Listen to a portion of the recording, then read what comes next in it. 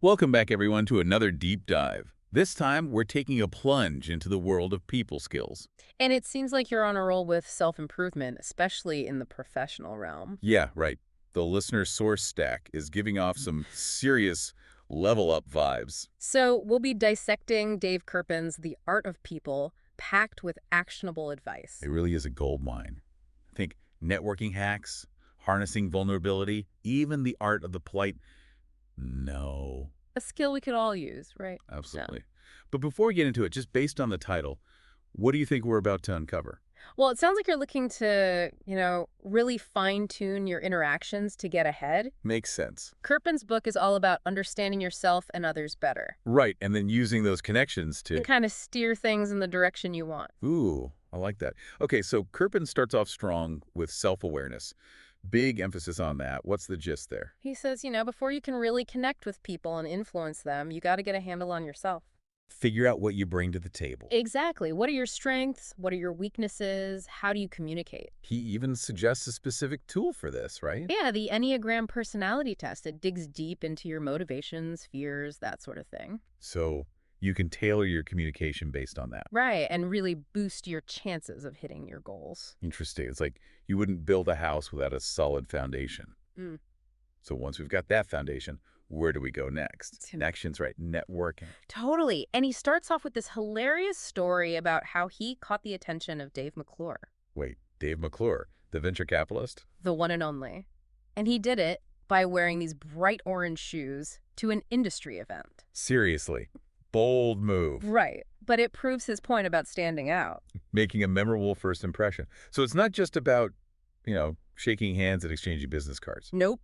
It's about finding those creative ways to make yourself unforgettable. Okay, I'm intrigued. But he doesn't just stop at wacky footwear, does he? Definitely not. He gets super practical, especially with LinkedIn. Ah, LinkedIn, everyone's favorite professional playground. Well, he emphasizes having a killer profile, highlighting your skills. Right, because that's often the first impression people get. Then it's all about using the platform to snag those introductions. Connects with the people you really want to meet. And of course, actually set up those meetings, be proactive about it. Have you found LinkedIn to be particularly useful for making those kinds of connections? It's a gold mine if you use it right. You have to strategically use your network. Really spell out why the introduction would be mutually beneficial. Right, think win-win. And honestly, a little creativity goes a long way. So networking is all about putting yourself out there strategically. But then Kerpen throws us a curveball, building a personal board of advisors. Oh, yeah. That one caught my eye, too. Isn't that something usually reserved for, CEOs and big shot entrepreneurs? Well, Kerpen throws that convention right out the window. He's like, nope, everyone needs this. Exactly. He says build an advisory board for any goal, no matter how big or small. So you've got this dedicated team in your corner offering guidance and support. Even if you're not running some massive company, he even did it himself, assembled a board of 11 super successful people to help him through a tough time. It really is about seeking out that mentorship and guidance, no matter what stage you're at. Absolutely. But he stresses structure. This isn't just grabbing coffee and chatting. It's about going into these meetings with clear objectives, making sure everyone's time is well spent. It makes a lot of sense. It's about having those focused sessions with a clear purpose. Okay, so we got our foundation of self-awareness. We're networking like pros. We've assembled our dream team of advisors. But even with all of that, none of it works if you're not a good listener. Oh, for sure. And Kerpen is very passionate about the art of listening. Or should I say, the art of not talking. Uh-huh. He actually dedicates a whole chapter to shutting up. He does. His point is, people love those who truly listen. It's all about giving them your full attention, making them feel heard. Creating that safe space where they can open up. He even tells this funny story about a management meeting where he purposely stayed silent. And what happened? Chaos. Actually, the discussion was way more productive. It's like sometimes the best thing you can do is just... Nip it. Exactly. Have you ever tried that? Consciously using silence as a strategy? I have. It can be tough, though, because our instinct is to jump in, offer solutions, fill those awkward silences. Oh, yeah, I get that. But there's a real power in holding back, letting others express themselves fully. It's like creating a vacuum and people rush in to fill it. Okay, but Kerpen takes this a step further with these techniques he calls mirroring and validation. What are those exactly? Mirroring is basically just reflecting back what someone said to show you're on the same page. So like paraphrasing. Kind of, but more about capturing the essence of what they You have said. validation. That's about acknowledging their emotions, letting them know you get where they're coming from, you empathize. So you're not just hearing the words, you're really tuning into their emotional state too. Right. He's got this great anecdote about getting amazing customer service just through mirroring and validation. Really. Just from those two techniques. Yeah. And it's not just for customer service either. Wow. So it works in personal relationships too. Definitely.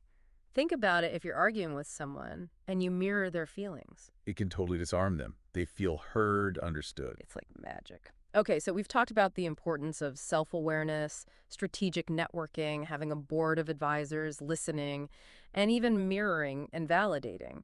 But let's face it, sometimes even with all the right skills, we need a little boost of confidence. Especially in those high-pressure situations. So what does Kerpen say about that? He's got this concept he calls walk with confidence, or WWC. WWC, I like it. Sounds official. Right, and he illustrates it with this crazy story about bluffing his way into the American Music Awards. Hold on, he just walked into the AMAs. Did he have some secret pass or something? Nope.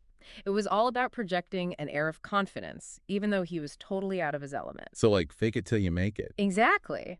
But the point is, projecting confidence really does impact how people respond to you. It can open doors? Imagine going into a job interview with that kind of energy. Or giving a big presentation. That subtle shift in attitude can make all the difference. It's like putting on a power suit, but for your mind. I love it. Hmm. Okay, but confidence without action is like a car without an engine. So true. Which brings us to Kerpen's next big idea, the art of the ask. Okay, I'm all ears.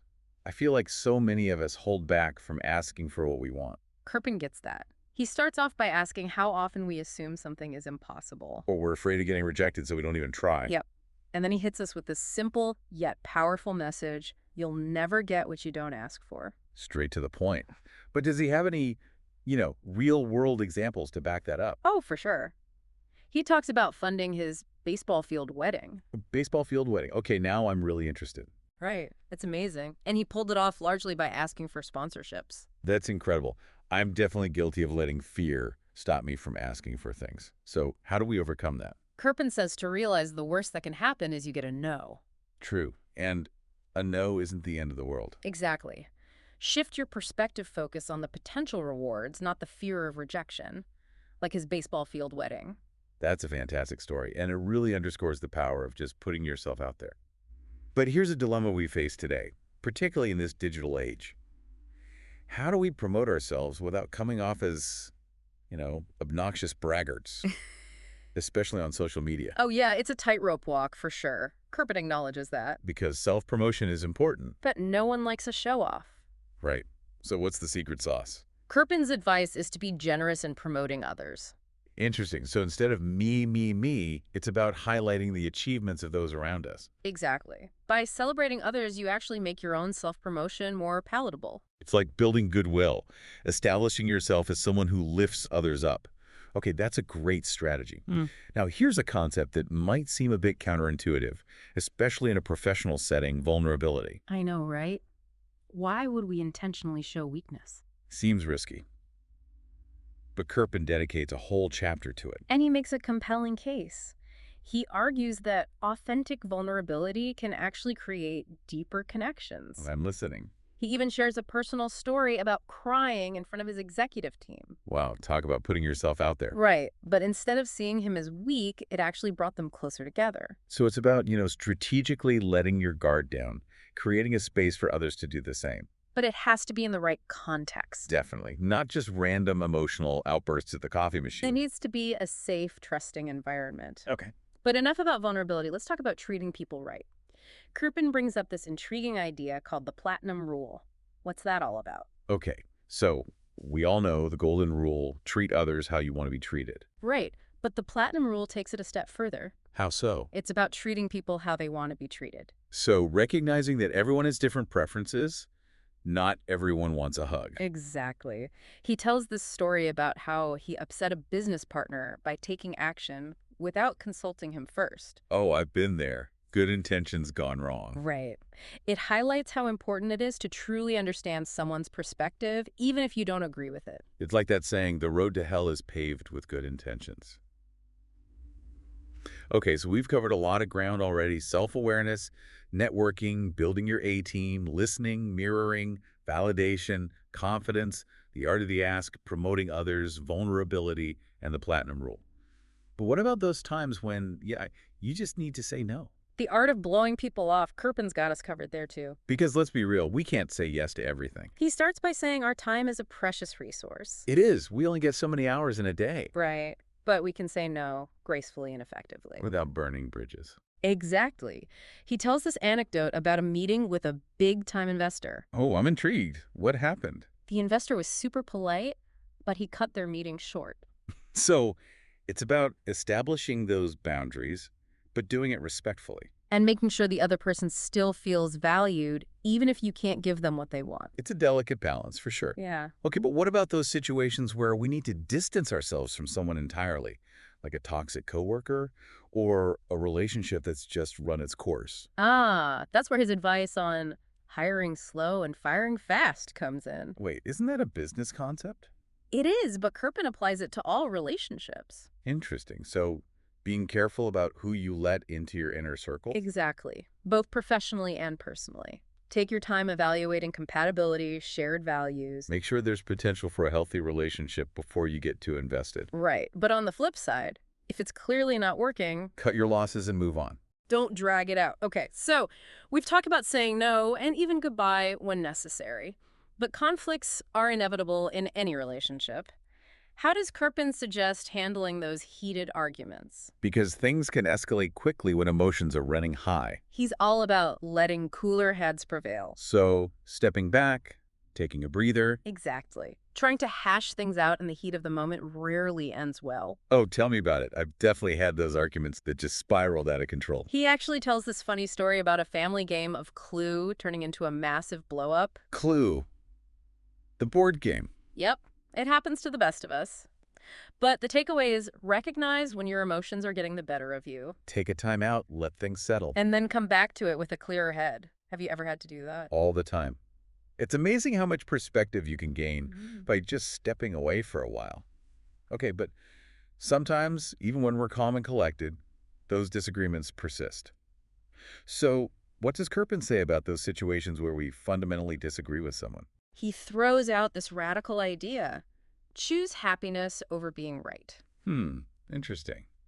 So, sometimes it's better to let go, even if you technically have the winning argument. He shares this heartwarming story about a disagreement with his wife. Oh, I can relate to that. Right, and he chose to prioritize their happiness over proving his point.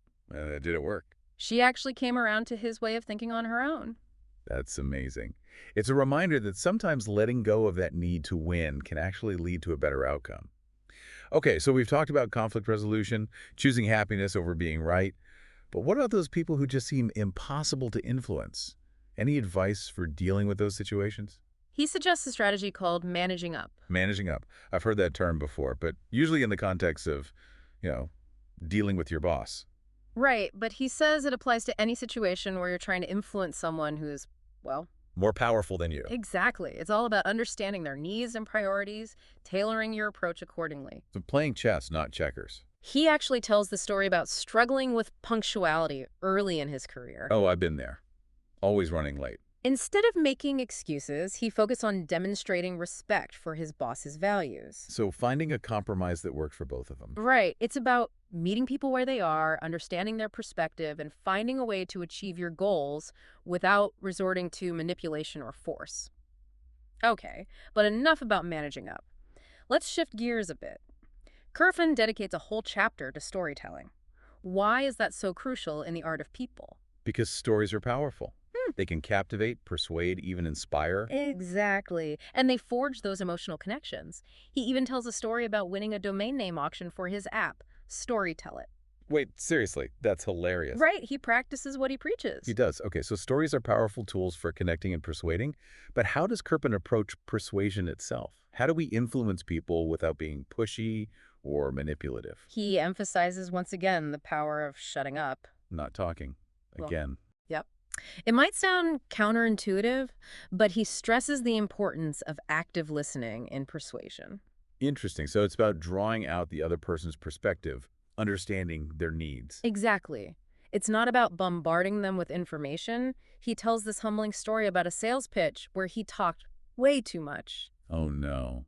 Did he lose the sale? He realized he wasn't giving the other person space to voice their concerns. Ah, so it's about creating a dialogue, not a monologue. Exactly. Persuasion is about building trust and rapport. Okay, but persuasion is just one aspect of leadership. How does Koppen define leadership in the context of the art of people? He starts with this heartwarming anecdote about his first grade teacher. Ah, that's sweet. Right. His teacher instilled in him this belief that anyone can be a leader. I love that. We all have that potential. But how do we actually put that into action? He says leadership is about empowering others, giving them a sense of ownership and responsibility. Even for small tasks. He recommends creating leadership roles, even for minor things. It's about giving people opportunities to step up and contribute. So recognizing and nurturing those leadership qualities in everyone around us. Exactly. And speaking of cultivating a positive environment, Kerpen dedicates a whole chapter to keeping the people around us happy. That's a tall order. Life throws us curveballs. Work gets stressful.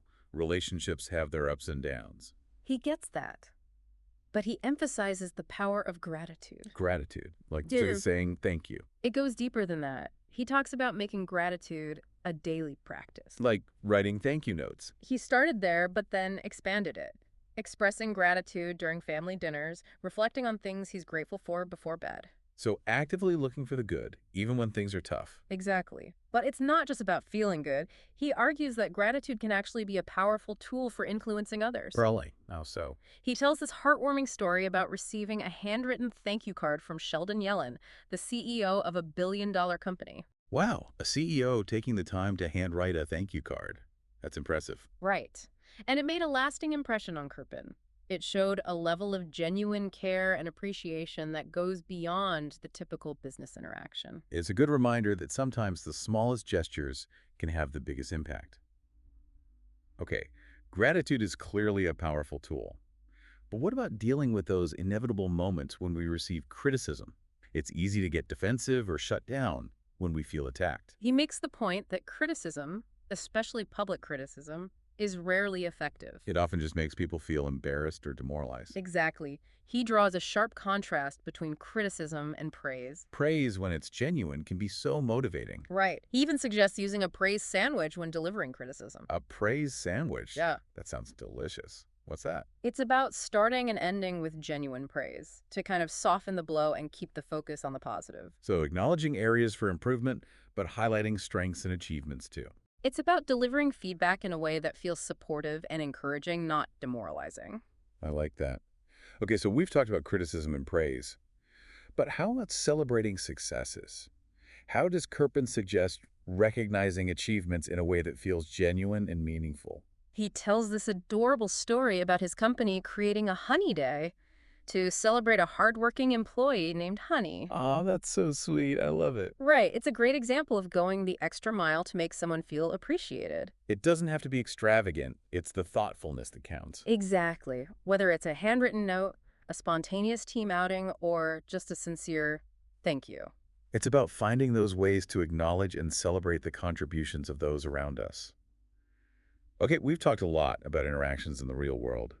But what about navigating the online world? Personal branding is huge these days. What does Kerpen have to say about that? He emphasizes authenticity above all else. Be yourself both online and offline. He even has this quote, "Who you are online is who you are in life, and vice versa." Powerful, right? It's about aligning your digital presence with your true values and personality. He challenges that traditional advice of keeping your personal and professional lives separate online. He says people actually appreciate seeing the complete picture, the human behind the professional facade. So it's about being relatable, approachable, genuine. Exactly. Let people connect with the person behind the brand, but how do we actually go about building a personal brand that resonates with others? Kerpen has some great advice for that too. He says focus on creating content that's educational, entertaining, and inspiring. EEI for short. Catchy. So sharing valuable information, insightful perspectives, relatable experiences. And being consistent. Show up regularly, provide value over time. Okay, so we're establishing ourselves as thought leaders, trusted sources of information. Exactly. But personal branding isn't just about broadcasting your message, it's also about engaging with others. How do we build those meaningful connections online? That's a great question. Kerpen actually highlights the power of introductions. He does. He tells the story about receiving an unexpected introduction from Adam Grant, the Wharton professor. Oh, Adam Grant. He's written some amazing books. And this introduction led to a valuable connection for Kerpen, showcasing the power of connecting people who could benefit from knowing each other. So it's about being proactive, even when we're not specifically asked. Exactly. Be a connector, facilitate those introductions. It's a simple but powerful way to build goodwill and expand your network. Okay, introductions are key.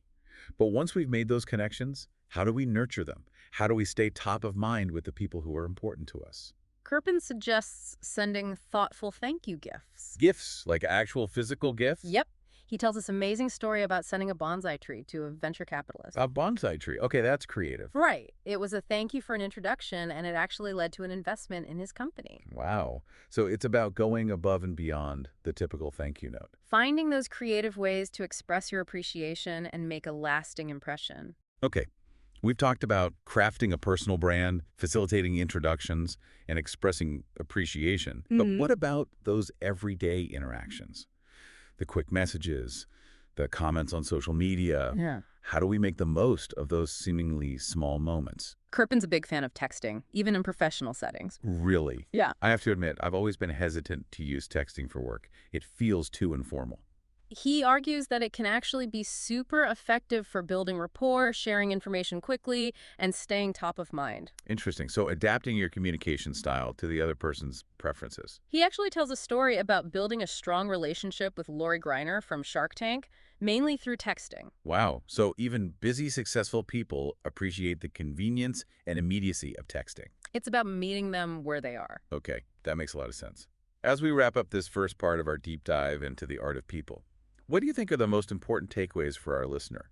We've covered a lot of ground, but are there any overarching themes that tie it all together? If you really boil down Kerpen's message, it's all about the power of human connection, understanding ourselves, forging those genuine bonds with others, and using those connections to achieve our goals. So success in any area of life really hinges on our ability to navigate the world of human interaction effectively. Exactly. And Kerpen gives us the blueprint for doing just that. He encourages us to approach every interaction, every relationship with intention and authenticity. And remember, as he says, people matter more than anything. It's about recognizing that our ability to connect with, influence, and inspire others can be the key to living an extraordinary life. And that's what Kerpen's book is all about, giving us the tools to unlock that potential. Right. He provides a practical roadmap for mastering those essential people skills. It's not just theory, it's about taking action, putting these principles into practice. And it's a journey, a continuous process of learning and growth. So our listener is now armed with these valuable tools for building relationships, resolving conflicts, and achieving their goals. It's about taking those tools and applying them to their unique situations, figuring out what works best for them. Because the real learning begins now. Exactly. This deep dive is just the starting point. It's about taking these insights, these anecdotes, these thought-provoking questions, and using them to spark further exploration, conversations, growth. So listener, as you move forward, keep Kerpen's wisdom in mind. Revisit these takeaways, ponder those questions we posed. And most importantly, put these principles into action. Because the real measure of this deep dive isn't just the knowledge you've gained. It's the positive change you create in the world around you. Well said. Go forth and connect, influence, and inspire. The world needs more people who excel in the art of people. Who knows? Maybe someday you'll be sharing your own insights in a best-selling book. Until then, keep exploring, diving deep, and connecting. This is just the beginning of your journey. And that concludes this part of our deep dive. We'll see you next time for another captivating exploration into the realm of knowledge and ideas. Okay, so as we wrap up our deep dive into the art of people, let's do a quick recap for our listener. We've covered a ton of ground here. We have, from self-awareness to networking to building your own personal board of advisors. Remember that. Right. And let's not forget the importance of listening, mirroring, validating. Confidence, the art of the ask, promoting others, vulnerability, the platinum rule. We even touched on blowing people off gracefully, resolving conflicts, and choosing happiness over being right. Ooh, that's a lot to process. But I think the beauty of Kerpen's book is that he makes it all so relatable and actionable. He really does. It's not just theory, it's about real-life strategies we can implement right away. And he backs it all up with these fantastic stories and examples, which makes it so much more engaging. Okay, so as we wrap up, let's give our listener a little something extra, a toolkit of sorts. I like that. Let's distill the essence of the art of people into 10 key takeaways. Perfect. Takeaway number 1, know thyself. Right. Self-awareness is key. Use tools like the Enneagram to really understand your strengths, weaknesses, and communication style. Number 2, network strategically. Don't just shake hands and exchange business cards. Make a memorable impression. Leverage LinkedIn and get creative. Number 3, build your A-team. Assemble your personal board of advisors, those trusted mentors who can offer guidance and support. Number 4, embrace the power of silence. Actively listen to others, make them feel heard, and resist the urge to jump in with solutions right away. Sometimes silence speaks volumes. Number 5, mirror and validate. Reflect what you hear, acknowledge those feelings, and watch how quickly conflicts can de-escalate. Number 6, walk with confidence. Even if you have to fake it till you make it, projecting confidence changes the game. Number 7, don't be afraid to ask. You'll never get what you don't ask for, so identify those things you've been hesitant about and go for it. Number 8, champion others. Celebrate those around you. Lift them up, and you'll find your own self-promotion is much better received. Number 9, share vulnerability authentically. It can be scary, but when done right, vulnerability builds trust and strengthens those connections. And finally, number 10, embrace the platinum rule. Treat others how they want to be treated, not just how you would want to be treated. Remember, everyone's different. That's a fantastic list. 10 powerful takeaways to help our listener elevate their people skills and achieve greater success in all areas of life. It's a solid foundation, but the real journey begins now. It does. It's time to take those principles, apply them to your unique circumstances, experiment, adapt, and discover what works best for you. Because mastering the art of people is an ongoing process. It is. It's about constantly learning, growing, and refining your approach. And remember, the real impact of this deep dive isn't just the knowledge you've gained. It's the positive change you create in the world. Exactly. Go out there and make a difference. The world needs more people who genuinely understand and value the art of people. So keep diving deep, keep exploring, keep connecting. And until next time, happy connecting.